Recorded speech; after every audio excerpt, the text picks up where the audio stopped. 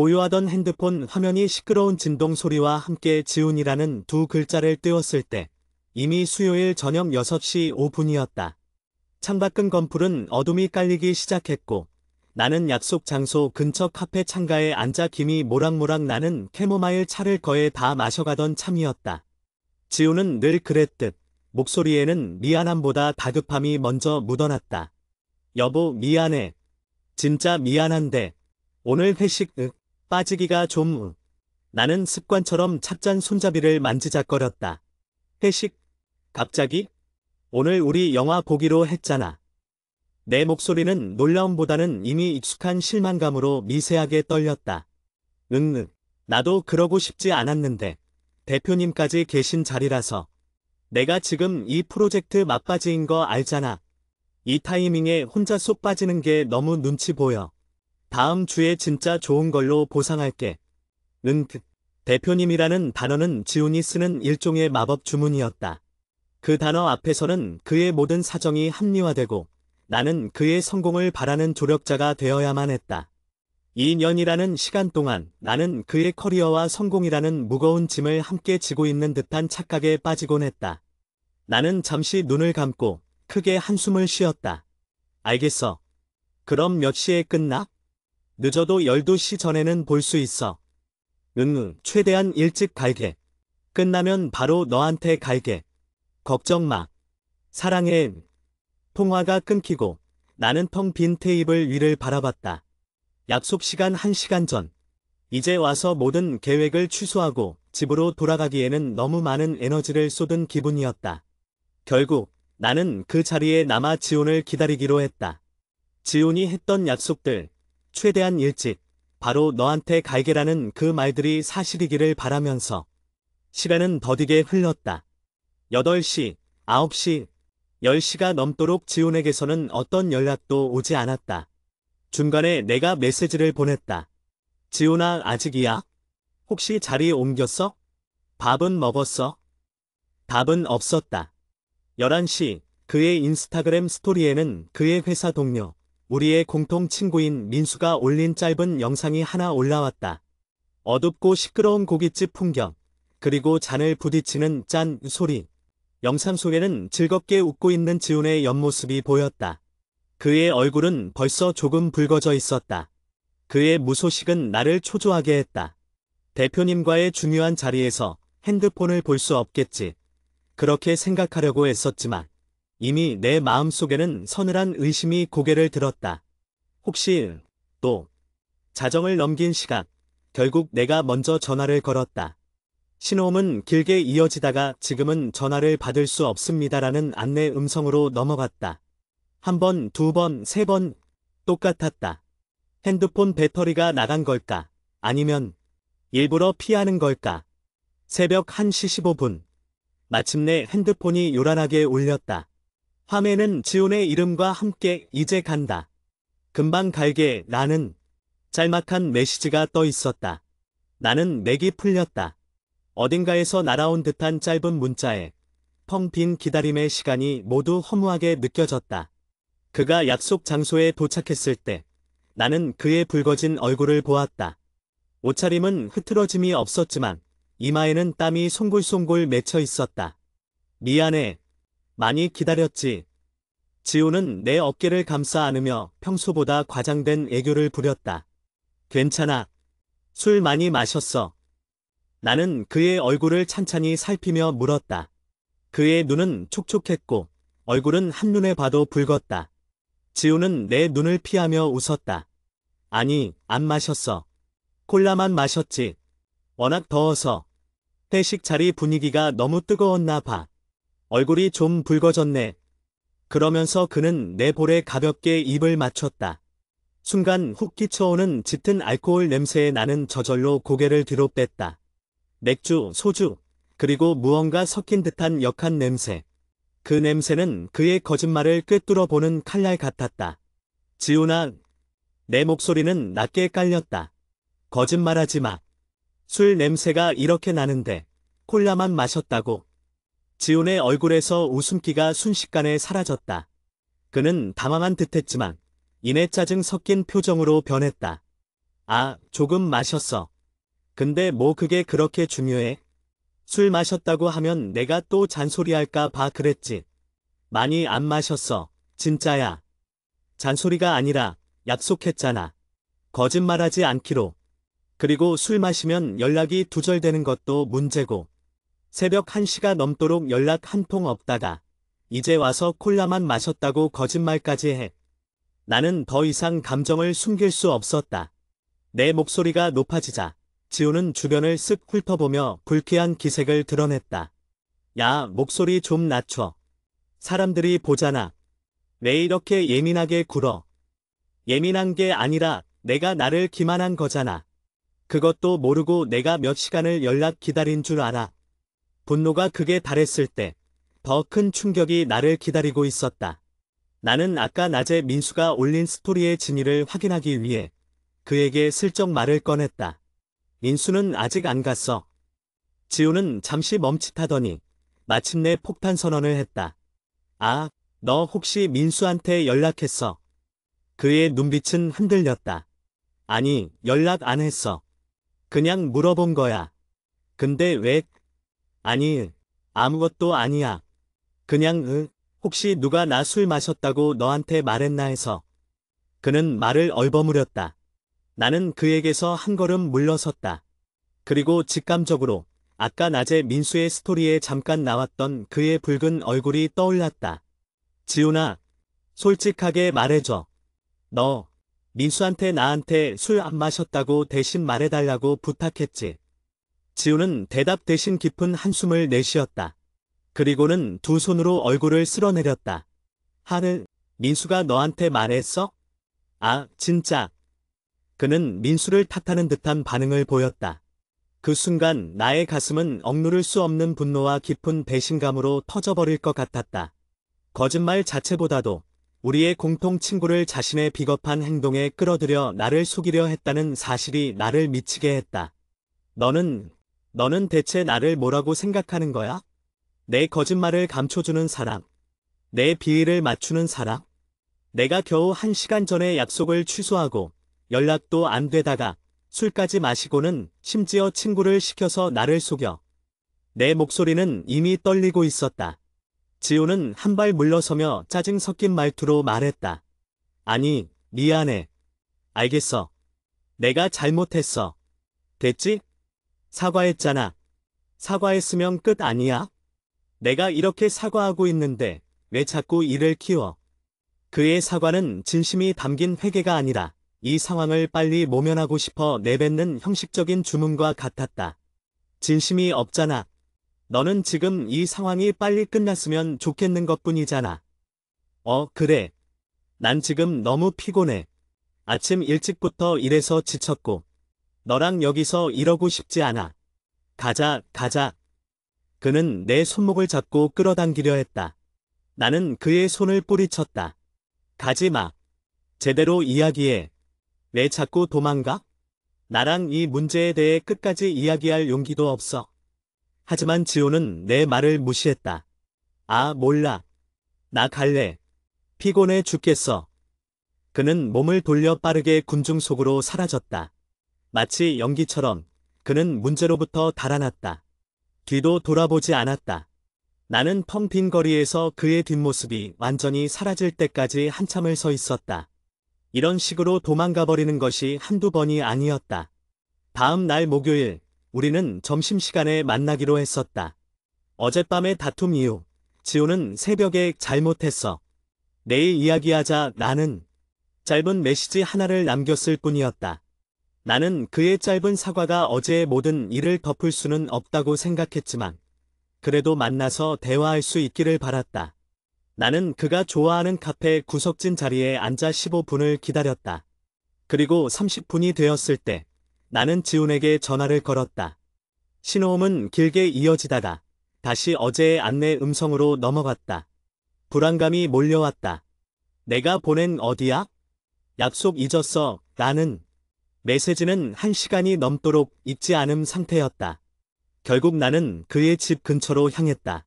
문 앞에서 몇 번을 망설이다가 초인종을 눌렀다. 잠시 후 문이 열렸고 잠이 덜 깬 듯한 부스스한 모습의 지훈이 서 있었다. 그를 보자마자 어제의 분노와 오늘의 허탈감이 한꺼번에 터져 나왔다. 지훈아, 너 지금 뭐 하는 거야? 왜 연락도 없이 집을 와? 지훈은 나를 보자 놀란 표정을 짓기는커녕 미간을 찌푸렸다. 그리고는 아무런 인사나 미안하다는 말도 없이 그의 입에서 나온 첫마디는 너무나도 이기적이고 차가운 말이었다. 지갑 줘.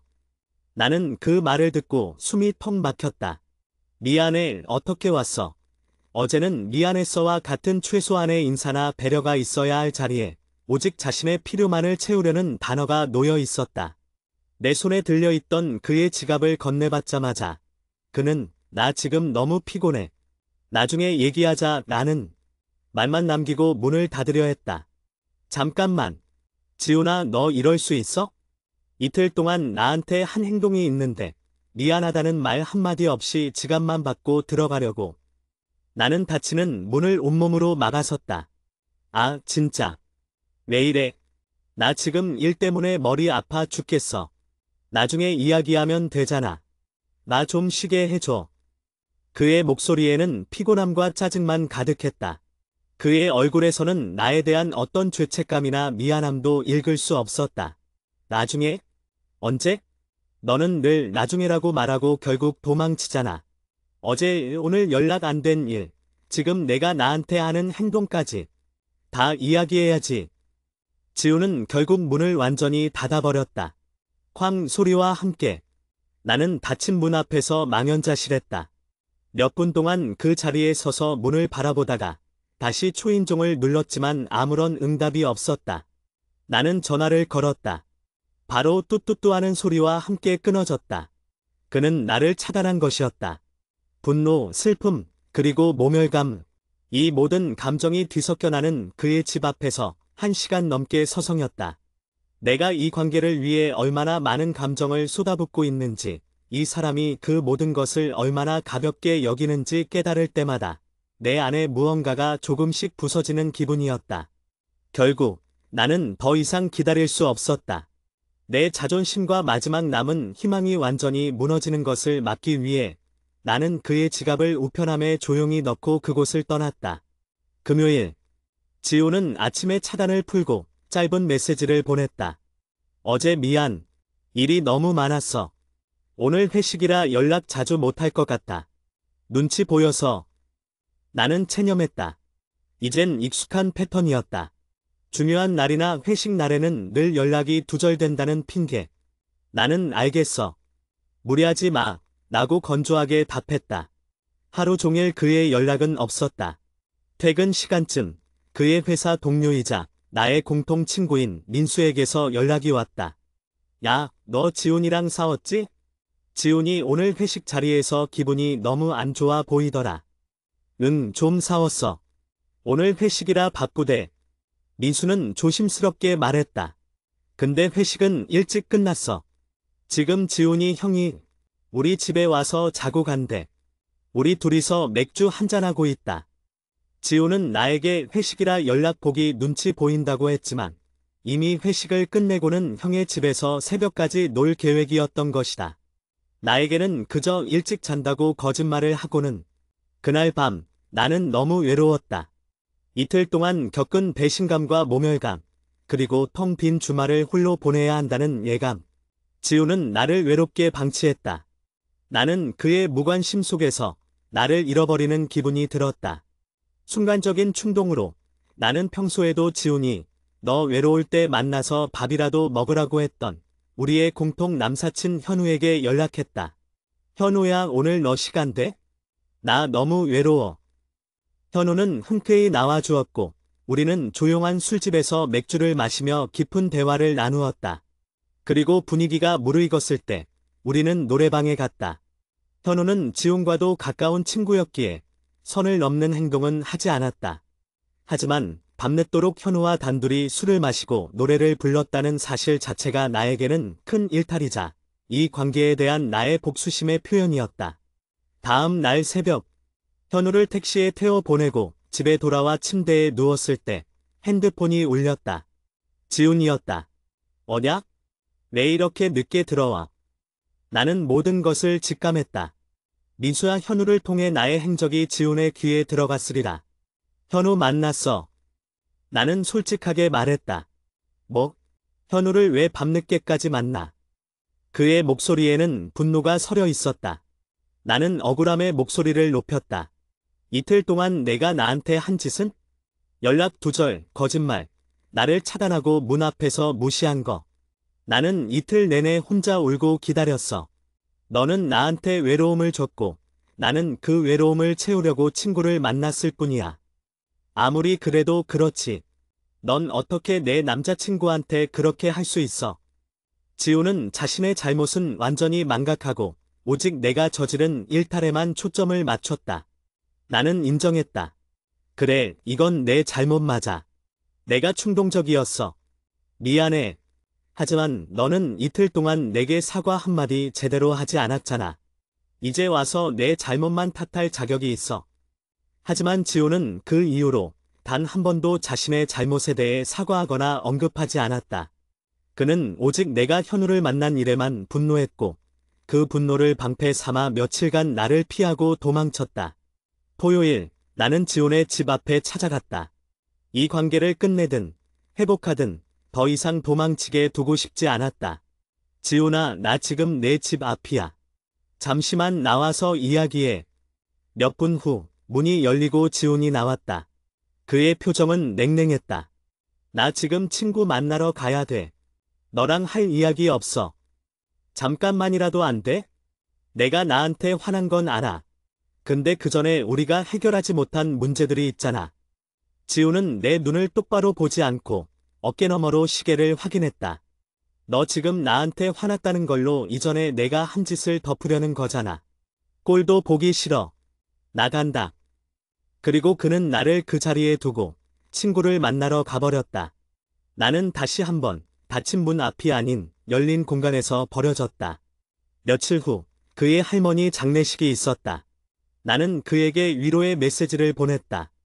힘들겠지만 잘 보내드려. 내가 기다릴게. 다녀와서 잠깐이라도 얼굴 보자. 그의 답장은 단 한마디였다. 다음에 보자. 나에게는 다음해가 언제 올지 알 수 없는 기약 없는 약속이었다. 나는 계속 붙잡고 노력했지만 그는 계속 도망쳤다. 지훈과의 관계는 늘 이런 식이었다. 그가 잘못하면 그는 도망치거나 형식적인 사과로 상황을 모면하려 했다. 내가 조금이라도 실수하면 그는 그 실수를 방패 삼아 자신의 모든 잘못을 덮어버렸다. 이 관계 계속 이어가는 것이 맞을까? 이별할 용기가 없어 붙잡고 있지만 계속 사귀면 나는 정말 나 자신이 없어질 것 같다. 나의 자존감, 나의 가치, 나의 행복, 이 모든 것이 이 관계 속에서 조금씩 고통스럽게 마모되고 있었다. 일요일 오후 나는 일주일 내내 쌓인 감정의 무게에 짓눌려 침대에서 좀처럼 벗어날 수 없었다.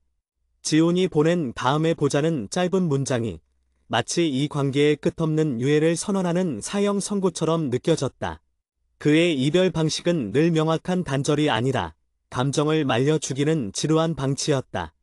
나는 그의 냉담함이 할머니의 장례식으로 인한 슬픔 때문일 거라고 해서 합리화하려 했지만 이내 그 시도가 얼마나 허망한 위로인지 깨달았다. 지훈이 장례식장으로 떠나기 전 나를 두고 친구를 만나러 가버렸던 토요일의 모습이 너무나 선명했기 때문이다. 그는 슬픔이나 애도 이전에 늘 회피를 우선시했다. 핸드폰을 들고 그의 메시지 창을 다시 열었다. 나 일요일 오후 3시 지훈아. 장례식은 잘 마무리됐어? 너무 힘들지? 내가 옆에 있어 주지 못해서 미안해. 마음 잘 추스르고 우리 이야기 더 이상 미루지 말았으면 좋겠어. 내일이라도 잠시 얼굴 보자. 답장은 오지 않았다. 읽지 않음. 그는 내가 그의 슬픔을 이해하고 위로해주려는 모든 노력조차 차단하고 있었다. 나에 대한 분노 혹은 나에게 느낄 죄책감으로부터 스스로를 격리시키려는 방어기제였다. 나는 더 이상 이렇게 일방적인 소통을 할 수 없다는 절박함에 그가 가장 아끼는 물건 중 하나인 오래된 아날로그 카메라에 대한 이야기를 꺼냈다. 우리가 처음 만났을 때 지우는 그 카메라로 나를 찍어주며 사진에 담긴 순간의 소중함에 대해 열변을 토했었다. 나 일요일 저녁 6시, 너 그 카메라 혹시 아직도 가지고 있어? 우리 처음 만났을 때 이야기했던 거 기억나? 그 카메라 필름처럼 우리 관계도 언젠가 다 소진되면 그때서야 후회하게 될까 봐 무서워. 난 지금 너랑 이 순간을 제대로 마무리 짓고 싶어. 여전히 답은 없었다. 대신 몇 시간 뒤 민수의 인스타그램 스토리에 또다시 지훈의 모습이 포착되었다. 어두운 배경, 술잔이 부딪히는 소리. 지훈은 장례식의 피로를 풀기라도 하듯 친구들과 함께 있었다. 그의 얼굴은 예전처럼 붉어져 있었고 웃고 있었다. 슬픔에 잠겨 나와 연락을 피하는 것이 아니라 그저 나를 피하고 있었다. 그 순간 내 머릿속에서 경고등이 켜졌다. 현훈 일로 내가 잘못했다는 사실을 인정했음에도 그는 그 잘못을 빌미로 자신의 비겁함과 무책임함을 영원히 회피하려는 것이 분명했다. 월요일 아침 나는 결심했다. 더 이상 기다리지 않겠다고. 회사에 연차를 내고 지훈의 회사 근처로 향했다. 지훈의 회사 건물 맞은편 낡은 커피숍 창가에 앉아 나는 그의 출근 모습을 기다렸다. 9시 정각 지훈은 늘 그랬듯 깔끔한 차림으로 회사 건물로 들어섰다. 나는 그가 건물 안으로 완전히 사라지기 전에 급히 전화를 걸었다. 지훈아, 나야. 회사 앞이야. 5분만 내려와서 이야기해. 내 목소리는 흔들리지 않도록 단단히 붙잡았다. 지훈은 당황했는지 잠시 말이 없었다. 너, 왜 갑자기 회사 앞까지 왔어? 지금 나 회에 들어가야 돼. 그의 목소리에는 짜증과 곤란함이 뒤섞여 있었다. 회에 시작하기 전에 5분이면 충분해. 며칠째 내가 피하는 문제, 오늘 끝내고 싶어. 내려와 줘. 안 그러면 나 저기 회사 로비로 올라갈 거야. 나는 단호하게 말했다. 이 방법이 비록 최악이라 할지라도 그에게 더 이상 도망칠 공간을 주고 싶지 않았다. 잠시 후 지훈은 마지못해 건물 밖으로 나왔다. 그는 잔뜩 찌푸린 얼굴로 나를 노려보듯 바라봤다. 너 지금 뭐하는 짓이야? 남들이 보면 어쩌려고. 나는 그를 억지로 커피숍 구석 자리로 이끌었다. 남들이 보든 말든 상관없어. 나는 내가 사흘 동안 나한테 한 행동이 더 중요해. 앉아. 5분만. 지훈은 팔짱을 끼고 의자에 걸터 앉았다. 그의 자세는 경직되어 있었고 대화에 대한 의지가 전혀 없어 보였다. 그래. 말해봐. 5분 줄게. 우리 사이에 쌓인 모든 문제에 대해 내가 책임감 있게 이야기하고 사과하는 게 먼저야. 넌 지난주 수요일부터 나한테 수많은 거짓말과 무시를 했어. 목요일엔 나를 문 앞에서 차단했고 이 모든 일들이 내가 현우 만난 일로 덮어질 수 있는 문제라고 생각해.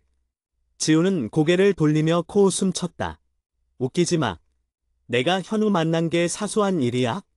나한테는 내가 나를 배신한 것처럼 느껴졌어. 내가 선을 넘었잖아. 너도 내 잘못 인정했잖아. 내 잘못 인정했어. 내가 외로워서 충동적이었던 거. 그래서 너한테 상처 준 거 사과할게. 미안해. 나는 분명하게 사과했다. 하지만 내가 한 번 실수했다고 해서 내가 이전의 모든 잘못을 없던 일로 만들 권리는 없어. 내가 먼저 나를 외롭게 만들었어. 내가 먼저 나를 무시하고 거짓말했기 때문에 내가 그런 충동적인 행동을 한 거야. 지훈은 자리에서 벌떡 일어났다. 결국 내 탓이라는 거잖아. 넌 늘 그런 식이야. 내 잘못은 인정하면서도 결국 모든 원인을 나한테 돌려. 원을 돌리는 게 아니야. 내가 먼저 도망쳤잖아. 사과를 진심 없이 건성으로 하고 사과했으니까 끝 아니야. 라고 말하고 대화 도중에 일어나서 가버리고. 이게 몇 년째 반복되는 우리 패턴이야. 너는 문제를 해결하려는 노력을 단 한 번도 하지 않아. 나는 목소리를 낮췄지만 감정은 격렬했다. 너는 나를 존중하지 않아. 내가 중요한 순간에 거짓말을 하고 연락을 끊는다는 건 나를 내 삶의 중요한 부분으로 여기지 않는다는 뜻이야. 내가 내 회식 때문에 몇 시간을 기다리고 밤새 연락을 기다리면서 걱정할 때 넌 친구들과 술 마시며 나한테 들킬까 봐 친구에게 거짓말을 부탁했어. 내가 너한테는 그 정도 가치밖에 안 돼? 지훈은 당황함과 분노가 뒤섞인 얼굴로 주머니에 손을 넣었다. 내가 너를 사랑하지 않는다는 뜻이 아니잖아. 난 그냥 너랑 싸우는 게 싫을 뿐이야. 피곤해. 넌 너무 날카롭고 사소한 거에 집착해. 그래서 난 그냥 피해버리는 게 편하다고 생각했어. 내가 편하자고 나를 희생시킨 거야. 내가 편하자고 우리의 신뢰를 짓밟은 거라고. 나는 테이블을 손바닥으로 내리쳤다. 알겠어. 내가 잘못했어. 내가 도망친 거 미안해. 내가 너를 충분히 배려하지 못한 거 미안해. 됐지? 이제 내 말대로 사과했잖아. 이제 가도 돼. 그의 사과는 여전히 기계적이었고, 그의 눈은 이미 회사 건물 쪽을 향하고 있었다. 아니, 아직 안 됐어. 나는 그의 퇴로를 막았다. 이 관계를 어떻게 할 건지 말해. 또다시 이런 일이 생기면 넌 또 도망칠 거잖아. 나는 내 불안정한 행동 때문에 내 삶 전체가 흔들리는 느낌이야. 나는 더 이상 내 불안정을 감당하고 싶지 않아. 지우는 한숨을 크게 쉬더니 마침내 진저리 친다는 듯한 표정을 지었다. 넌 늘 헤어지자는 말로 나를 협박하잖아. 내가 도망치는 건 내가 늘 이별을 무기로 쓰기 때문일 수도 있지 않아. 그의 말은 충격이었다. 그는 자신의 모든 무책임함을 나의 불안감과 절박함으로 돌리고 있었다. 나는 한 번도 이별을 협박의 무기로 쓴 적 없어. 내가 헤어지자고 말할 때, 그건 내가 정말로 이 관계가 지속될 수 없다고 느꼈을 때였어. 내가 나를 너무 아프게 해서 내가 살기 위해 내뱉은 마지막 비명이었어. 나는 눈물이 차오르는 것을 느꼈지만 억지로 참았다. 지훈아, 2년이야. 2년 동안 전보다는 나아졌다고 생각했어. 내가 연락을 좀 더 자주 하고 약속을 지키려고 노력한다고 믿었어. 하지만 결국 중요한 순간에 너는 늘 가장 쉬운 방법을 택해. 바로 나를 배제하는 방법. 내가 어떻게 해야 하는데? 완벽해져야 해? 내가 원하는 대로 행동해야 만족할 거야? 그의 목소리도 높아졌다. 아니, 완벽해지라는 게 아니야. 솔직해지라는 거야. 술을 마셨으면 마셨다고 말해.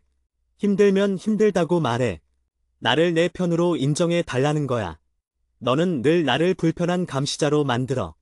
그리고 결국 날 속이고 도망쳐. 그게 문제의 본질이야. 그때 그의 핸드폰이 울렸다.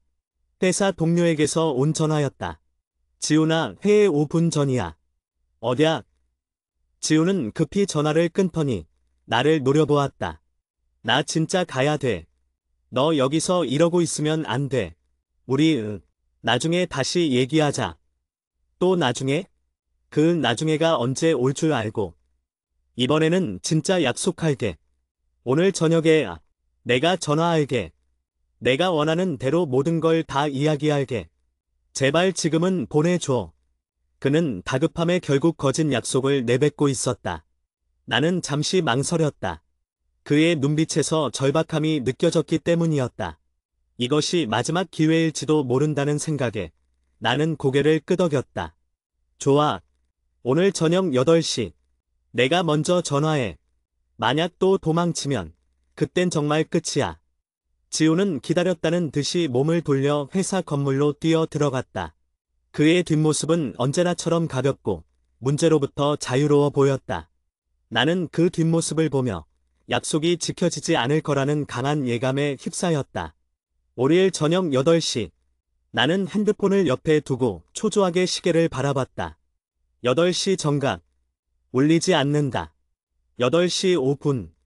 8시 10분. 심장이 점점 빠르게 뛰기 시작했다. 나는 나 스스로에게 5분만 더, 10분만 더라는 시간을 주었다. 8시 30분. 핸드폰은 여전히 침묵을 지키고 있었다. 나는 그에게 짧은 메시지를 보냈다. 지훈아, 8시야. 전화 기다리고 있어. 답은 없었다. 9시. 나는 다시 한번 전화를 걸었다. 신호음은 길게 이어지다가 다시 뚜뚜뚜하는 소리와 함께 끊어졌다. 차단. 그는 또다시 나를 차단했다. 내가 그토록 요구했던 솔직한 대화를 피하기 위해 그는 나를 그의 세상 밖으로 던져버리는 가장 쉬운 방법을 택했다. 나는 며칠 전 그의 집 앞에서 느꼈던 모멸감보다 더 깊은 근원적인 슬픔을 느꼈다. 2년이라는 시간이 그의 마음속에서 나에게는 이토록 쉽게 버려질 수 있는 존재였다는 사실이 나를 짓눌렀다. 나는 울지 않았다. 더 이상 눈물도 나오지 않았다. 대신 머릿속에서 모든 기억이 빠르게 재생되기 시작했다. 가족처럼 지내자던 다짐. 내가 내 삶의 안정제야. 라고 속삭이던 목소리. 그리고 사소한 다툼이 생길 때마다 늘 대화 대신 잠수를 택하던 그의 행동들.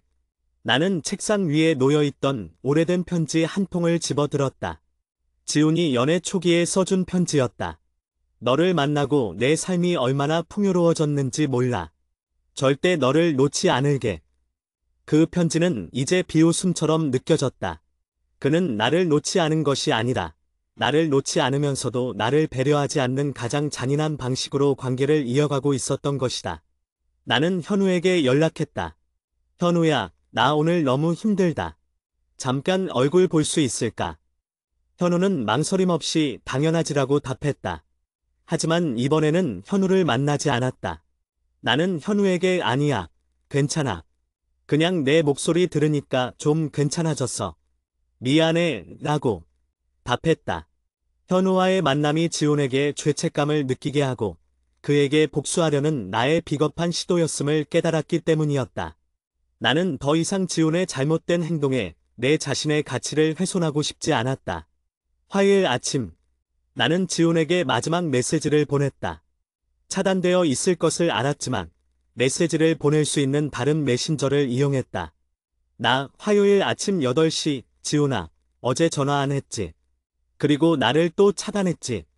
이제 알겠어. 너는 나보다 내 평안함이 더 중요하고 너는 이 관계의 문제를 해결할 의지가 전혀 없다는 걸. 나는 2년 동안 내 도망치는 모습에 지쳤어. 이제 더 이상 붙잡지 않을게. 내가 늘 원했던 대로 나는 너를 놓아줄게. 너와 함께하는 동안 나는 나를 잃어버렸어. 이제부터는 나를 찾으러 갈 거야. 고마웠어. 그리고 미안해. 행복하길 바랄게. 나는 그에게서 답장이 오지 않을 것을 알고 있었다. 그의 방식은 늘 그랬으니까. 내가 먼저 단절을 선언해야만 그는 그제야 자유를 얻은 듯 침묵할 것이다. 메시지를 보내자마자 나는 그의 모든 SNS 계정을 차단하고 핸드폰에서 그의 사진을 모두 지웠다. 하지만 이별할 용기가 없다고 말했던 내 마음은 이 모든 행동을 하고 나서도 여전히 무너지고 있었다. 2년을 함께한 관계를 이렇게 허무하게 일방적으로 끝내도 되는 걸까? 내가 너무 성급했던 건 아닐까? 그때 현우에게서 전화가 왔다. 야, 너 지훈이랑 헤어진 거 아니지? 지훈이한테 연락 왔는데 너 혹시 나한테 미안해서 전화 안 받는 거 아니냐고 묻더라고. 지훈이가 너한테 연락했어. 나는 놀랐다. 그는 나와의 직접적인 대화는 피하면서 현우를 통해 나의 상태를 확인하려 한 것이다. 응, 근데 지훈이가 너한테 화나서 계속 피하는 것 같더라. 혹시 너희 둘 다 너무 감정적으로 행동하는 거 아니야? 한 번만 제대로 대화해 보면 안 돼? 현우는 중지하려 했다. 나는 현우에게 어젯밤 지훈이 나를 또다시 차단했고 내가 그에게 마지막 메시지를 보냈다고 설명했다. 현우야, 나도 노력했어. 하지만 그는 늘 도망쳐. 나는 더 이상 그와의 관계를 위해 나 자신을 포기하고 싶지 않아. 내가 현우를 만난 실수 때문에 이 관계 전체를 망친 사람이 되고 싶지 않아. 그는 내가 그 실수를 하도록 내버려 뒀어. 현우는 잠시 침묵하더니 말했다. 알겠다. 내 마음이 그렇게 단단하다면 나는 내 결정을 지지할게. 하지만 너는 정말 힘들어 보여. 응, 지치고 아파. 근데 지훈과 함께 있는 것보다 지금 이 이별의 고통이 더 건강한 고통이라는 느낌이 들어. 이제는 내 마음이 더 아픈 게 무서워. 더 이상 이 관계 속에서 제 자신이 없어지는 건 견딜 수가 없어. 나는 현우에게 지훈의 연락이 오면 나에게는 전달하지 말아 달라고 부탁했다. 이제 이별은 시작되었다. 2년을 만났지만 우리는 서로에게 완전히 낯선 사람이 되어버린 것이다. 내가 그의 끊임없는 회피와 거짓말을 견뎌내며 붙잡고 있던 2년의 시간은 결국 나 자신을 잃어버리는 대가로 치러야 했다. 나는 창밖을 바라봤다. 화창한 화요일 아침이었다. 그는 지금 회사에서 평소와 다름없이 일하고 있을 것이다. 나 없는 그의 세상은 평온하겠지만 나의 세상은 방금 지진이 난 것처럼 모든 것이 무너져 내리고 있었다. 하지만 동시에 나는 아주 작은 해방감을 느꼈다. 이제 더 이상 그의 연락을 기다리며 핸드폰을 쳐다보지 않아도 된다는 안도감. 이별은 아팠지만 어쩌면 이 아픔이 나를 되찾는 과정의 첫걸음일지도 모른다고 생각했다. 나는 잃어버린 나를 찾기 위해 이 관계가 가져다준 모든 흔적을 지워나가기로 결심했다. 화요일 아침, 지훈에게 마지막 메시지를 보내고 그의 모든 흔적을 지운 후, 내 방 안의 공기는 무겁게 가라앉았다. 이별은 늘 격렬한 폭풍 후 이후의 고요함과 같아서 모든 것이 멈춘 것 같지만 사실은 가장 격렬한 내부의 싸움이 시작되는 순간이었다. 나는 텅 빈 공간에서 2년 동안 지훈이 채우고 있던 자리를 뼈저리게 느꼈다. 핸드폰을 확인할 필요가 없어졌는데도 습관적으로 손이 핸드폰을 찾았다. 혹시 그가 나에게 보낸 메시지가 있을까? 아니면 차단을 풀고 전화를 걸어왔을까 하는 헛된 기대 때문이었다. 하지만 화면은 늘 차분했고 그 침묵은 나에게 이별이 현실임을 잔인하게 상기시켰다. 며칠 동안 나는 아무것도 할 수 없었다. 밥을 먹는 것도, 잠을 자는 것도, 숨을 쉬는 것도 힘든 일이었다. 이별 직후의 고통은 늘 과거의 아름다운 기억과 마지막의 비참함이 뒤섞여 나를 괴롭혔다. 그가 처음 내 손을 잡았을 때의 따뜻함, 내 생일에 밤새워 만들어준 서툰 케이크, 그리고 함께 여행했던 바다의 푸른 물결. 그 모든 행복한 순간들이 지금의 배신감과 무관심 때문에 너무나 쉽게 오염되어 버렸다. 나는 무너지는 나 자신을 붙잡기 위해 지훈과의 관계에서 잃어버렸던 나만의 것들을 되찾기로 했다. 가장 먼저 나는 2년 동안 미루고 있던 그림을 다시 그리기 시작했다. 연애 초기 지훈은 내 그림을 좋아했지만 시간이 흐르면서 그는 내가 그림에 몰두하는 시간을 자신에게 소홀한 시간으로 여기기 시작했다. 결국 나는 그와의 시간을 위해 붓을 놓았다. 캔버스 앞에 앉아 물감을 짜냈다. 익숙한 물감 냄새가 코끝을 스치자 잊고 있던 해방감이 몰려왔다. 그림을 그리는 동안만은 지훈의 거짓말이나 회피가 나를 따라오지 못했다. 내가 붓을 움직이는 대로 세상은 나의 통제 아래 놓였다. 목요일 저녁, 이별 후 사흘째, 현우에게서 연락이 왔다. 야, 너 괜찮냐? 지훈이한테 연락 왔는데 너한테 사과하고 싶다고. 너 연락 왜 안 받냐고 묻더라. 지훈이 뭐라고 해? 나는 애써 태연한 척 물었지만 심장은 이미 쿵쾅거리고 있었다. 그는 결국 나에게 직접 사과할 용기가 없어 또다시 현우라는 중개인을 이용하고 있었다. 너를 만나고 싶대. 진심으로 사과하고 싶다고. 근데 너는 지훈이 번호 차단하고 메신저도 다 차단해서 연락할 방법이 없대. 내가 너한테 전달해 줘야 하나? 고민했어. 나는 차분하게 답했다. 현우야, 나한테는 전달하지 마. 만약 지훈이가 정말 진심으로 사과하고 싶었다면 그는 이틀 전에 내가 찾아갔을 때 또는 어제 내가 마지막 메시지를 보냈을 때 사과했을 거야. 지금 와서 사과하겠다는 건 내가 먼저 이별을 선언한 것에 대한 불편함을 해소하고 싶어 하는 것뿐이야. 지훈이는 너 때문에 너무 힘들다고 하던데. 현우는 조심스러웠다. 나는 씁쓸하게 웃었다. 그럴 수도 있겠지. 근데 생각해봐. 며칠 동안 내가 겪은 고통은 누가 위로해줬어? 그는 내가 먼저 그에게 등을 돌리자 그제야 이 관계의 소중함을 깨달은 거야. 하지만 그 소중함이 내가 원했던 존중과 신뢰가 아니라 늘 옆에 있던 익숙함을 잃은 것에 대한 허전함일 뿐일 거라고 생각해. 나는 더 이상 지훈이의 감정 쓰레기통이 되고 싶지 않아. 이제 그의 사과를 받기 위해 내 마음을 다시 열고 또다시 그가 도망칠 때 상처받고 싶지 않아. 내가 이 관계를 끝낸 이유는 더 이상 제 자신이 없어지는 것을 막기 위해서였어. 현우는 내 단호한 태도에 결국 물러섰다. 알겠다.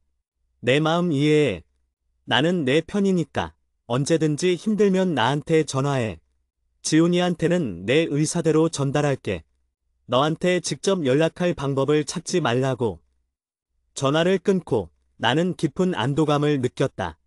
지훈의 사과가 혹시나 내 마음을 흔들까 봐 두려웠는데 현우를 통해 그의 간접적인 연락을 차단함으로써 나는 이별에 대한 나의 결심을 더욱 단단하게 굳힐 수 있었다. 주말이 되었다. 지훈과 함께 보냈던 2년 동안 나의 주말은 늘 그의 계획을 중심으로 돌아갔다. 그의 친구들과의 모임, 그가 보고 싶어 하는 영화, 그가 가고 싶어 하는 식당. 나는 늘 그의 그림자처럼 따라다니며 내 의견을 내세우지 않았다. 그의 짜증 섞인 반응이 두려웠기 때문이다. 이 주말 나는 오롯이 나만을 위한 시간을 가졌다. 나는 내가 보고 싶었던 예술 영화를 보러 혼자 극장에 갔다. 혼자 앉아 스크린을 바라보는 그 시간이 얼마나 평화로운지 새삼 깨달았다. 영화를 본 후에는 인근의 작은 서점에 들러 심리학 책을 한 권 샀다. 회피형 애착과 자기애적 성향에 대한 내용이었다. 책을 읽으며 나는 지훈의 행동 패턴이 단지 성격의 문제가 아니라 깊은 곳에 뿌리내린 회피형 애착 유형과 자기중심적인 성향 때문이었음을 깨달았다. 회피형 애착 유형을 가진 사람들은 관계가 가까워질수록 불안을 느끼며 이 불안을 해소하기 위해 파트너를 밀어내거나 연락을 끊는 방식으로 거리를 유지하려 합니다. 그들은 자신의 잘못을 인정하는 대신 파트너의 흠을 찾아 비난함으로써 관계의 문제에 대한 책임을 회피합니다. 이 문구를 읽는 순간 나는 머리를 강하게 맞은 듯한 충격을 받았다. 지훈이 늘 대화 도중에 도망치고 내가 현우를 만난 일을 자신의 모든 잘못을 덮는 방패로 사용했던 이유가 바로 여기에 있었다. 그는 진정한 친밀함과 책임감을 견디지 못했던 것이다. 나는 그동안 지훈의 행동을 내 탓으로 돌리며 스스로를 괴롭혔던 모든 순간들이 떠올라 눈물이 났다. 나는 부족해서 버려진 것이 아니라 그가 건강한 관계를 맺을 준비가 되지 않은 사람이었기 때문에 고통받았던 것이다. 다음 주 회사에 복귀한 후 나는 이전보다 더 열심히 일에 몰두했다. 지훈과의 관계 때문에 소홀했던 프로젝트에 집중했고 동료들과의 관계도 활발해졌다. 화요일 저녁 퇴근길에 나는 낯선 번호로 걸려온 전화를 받았다. 여보세요? 나야, 지훈. 목소리를 듣자마자 온몸에 피가 식는 듯한 기분을 느꼈다. 나는 그를 모든 곳에서 차단했지만 그는 집요하게 나에게 닿을 방법을 찾아낸 것이었다. 지훈아, 나 너한테 연락하지 말라고 현우한테 분명히 말했어. 내 목소리는 차분했지만 단호했다. 나도 알아. 근데 현우한테 얘기하는 건 의미가 없잖아. 너한테 직접 사과하고 싶었어. 나 지금 내 집 앞이야. 나는 깜짝 놀라 창문 밖을 내다봤다. 어두운 골목 어귀에 익숙한 실루엣이 서 있었다. 그는 내가 늘 선물했던 회색 코트를 입고 있었다. 너 지금 뭐 하는 거야? 당장 가. 안 가. 너한테 미안하다고 말해야 가. 내가 너무 비겁했어.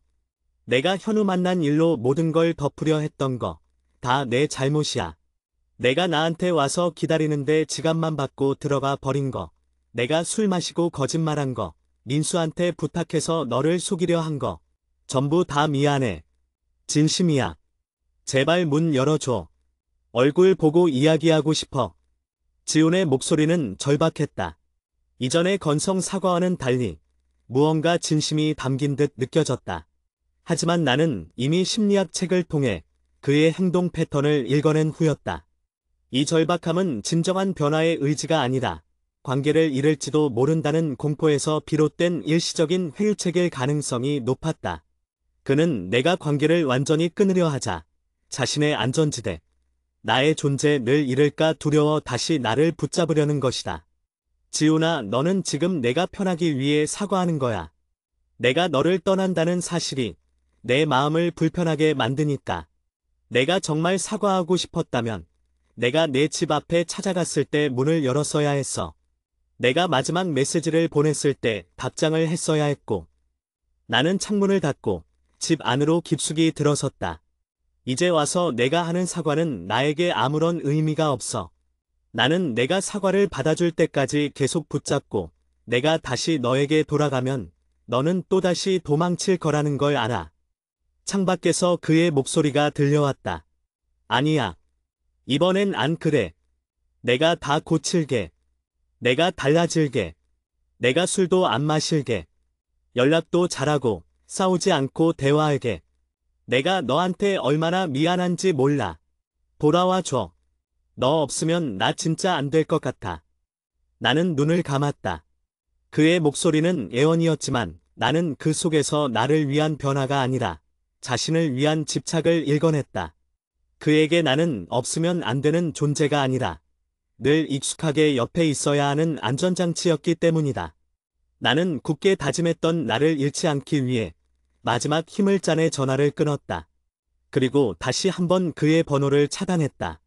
그는 한참 동안이나 집 앞에서 떠나지 않고 나를 불렀다. 문 좀 열어줘. 부탁이야. 여보. 그의 목소리가 점점 멀어져 갈 때 나는 조용히 캔버스 앞에 앉아 붓을 들었다. 나의 아픔과 나의 해방감을 오직 나만의 색으로 캔버스에 담아내기 시작했다. 이별은 아팠지만 나는 더 이상 그의 도망과 거짓말에 나의 가치를 묻어버리지 않기로 했다. 나는 나를 되찾는 여정을 이제 막 시작한 것이다. 모닥불 속에 편지를 태우고 돌아온 날부터 나의 삶은 새로운 궤도에 진입했다. 더 이상 지훈의 그림자가 드리우지 않는 세상은 고요했지만 그 고요함 속에서 나는 내가 진정으로 원하는 것이 무엇인지 들을 수 있었다. 나는 2년 동안 멈춰있던 모든 것을 재개했다. 소했던 그림 공부를 위해 학원에 등록했고 혼자서도 주저하지 않고 새로운 모임에 참여했다. 내 주변 사람들은 내가 예전보다 훨씬 밝고 독립적인 에너지를 내뿜고 있다고 말했다. 더 이상 핸드폰을 습관적으로 확인하며 불안에 떨지 않았고 주말을 혼자 보내는 것에 완벽하게 익숙해졌다. 지훈과의 이별은 고통스러웠지만 그 고통은 나를 단단하게 만드는 비료가 되었다. 나는 내가 얼마나 감정적으로 강인한 사람인지, 그리고 나의 행복이 타인의 인정이나 사랑에 의존하지 않는다는 것을 깨달았다. 이별 후 2달이 흘렀다. 그동안 지훈에게서 직접적인 연락은 없었다. 다만 민수와 현우를 통해 간접적인 소식은 들려왔다.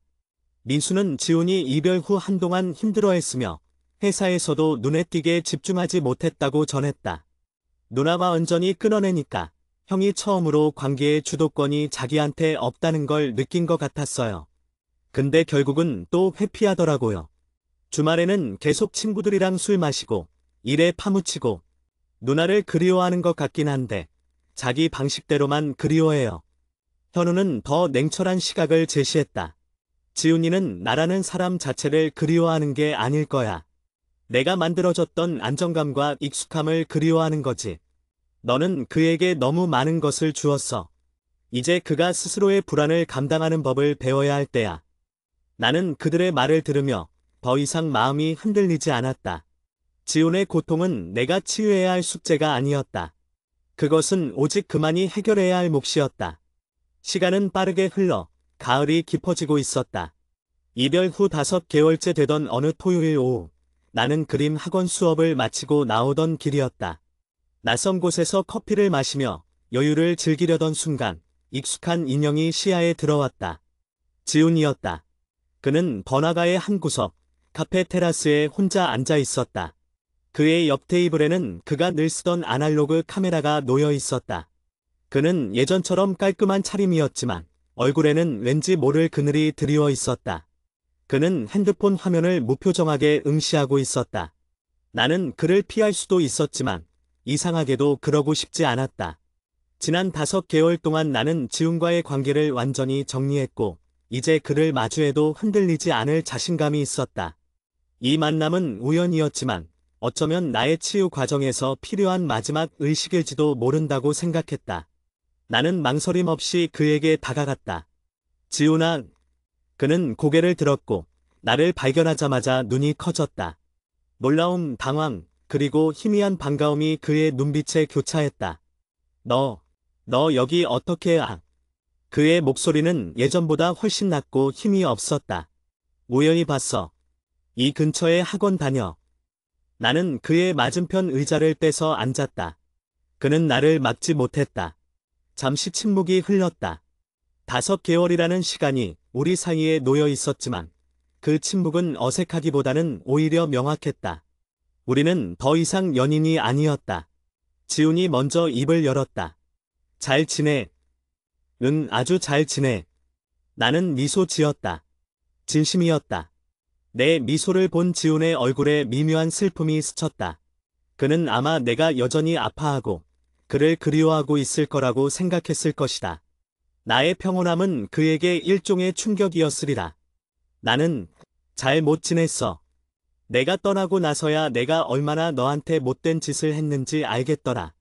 내가 왜 그렇게 힘들어했는지도 알겠고. 그의 시선은 바닥을 향했다. 내가 너무 비겁했어. 내 불안함 때문에 너를 속이고 도망치고 마지막까지도 내 잘못 인정하기 싫어서 내 탓으로 돌리려 했지. 그의 목소리에는 진심으로 후회하는 기색이 담겨 있었다. 5개월 동안 나 없이 지내면서 그는 처음으로 스스로의 그림자를 마주했을 것이다. 나를 찾아와서 진심으로 사과하려고 했었는데 내가 문을 안 열어줬을 때 그때도 사실 내가 나한테 다시 매달려주길 바랐던 것 같아. 내가 먼저 고개 숙이고 싶지 않았거든. 근데 내가 정말로 나한테서 완전히 떠났다는 걸 알았을 때 비로소 무서워지더라. 나는 그의 고백을 조용히 들었다. 분노나 원망은 느껴지지 않았다. 다만 그를 향한 연민과 안쓰러움만이 남아있었다. 지훈아, 이제 괜찮아. 내 사과를 들으려고 여기 앉은 건 아니야. 나는 이미 이별의 과정에서 내 잘못과 내 잘못을 모두 인정하고 나아갔어. 내가 이제라도 너의 잘못을 깨달았다는 건 너에게도 좋은 일이야. 내가 앞으로 더 건강한 관계를 맺을 수 있는 첫걸음이 될 테니까. 지훈은 고개를 들고 나를 바라봤다. 혹시 나한테 다시 기회를 줄 수 있을까? 내가 정말 달라질게. 상담도 받고 불안정한 내 모습을 고쳐볼게. 너 없이는 나는 단호하지만 부드러운 목소리로 그의 말을 끊었다. 아니, 지훈아. 그럴 일은 없을 거야. 왜? 내가 정말 노력할 텐데. 그의 눈에 다시 절박함이 서렸다. 너의 노력은 너를 위한 것이어야 해. 나에게 돌아오기 위한 것이 아니라. 너는 내 불안을 극복하고 너 자신을 사랑하는 법을 배워야 해. 나는 내가 그 과정을 겪는 동안 옆에서 기다려줄 수 없어. 나는 더 이상 내 불안정을 감당하고 싶지 않아. 나는 내 감정을 솔직하게 전달했다. 2년 동안 나는 너의 도망과 거짓말 때문에 나 자신을 잃었어. 내 가치를 끊임없이 의심했고 내 감정을 숨겨야 했어. 나는 이제 다시 찾은 나를 잃고 싶지 않아. 나는 내가 행복한 관계를 누릴 자격이 있다는 것을 깨달았고 그 관계는 신뢰와 존중 위에서만 가능하다는 것을 알아. 나는 가방에서 작은 상자 하나를 꺼냈다. 안에는 지훈이 연애 초기에 선물했던 우리가 커플링이라고 불렀던 은반지가 들어있었다. 나는 그 반지를 테이블 위에 조용히 올려놓았다.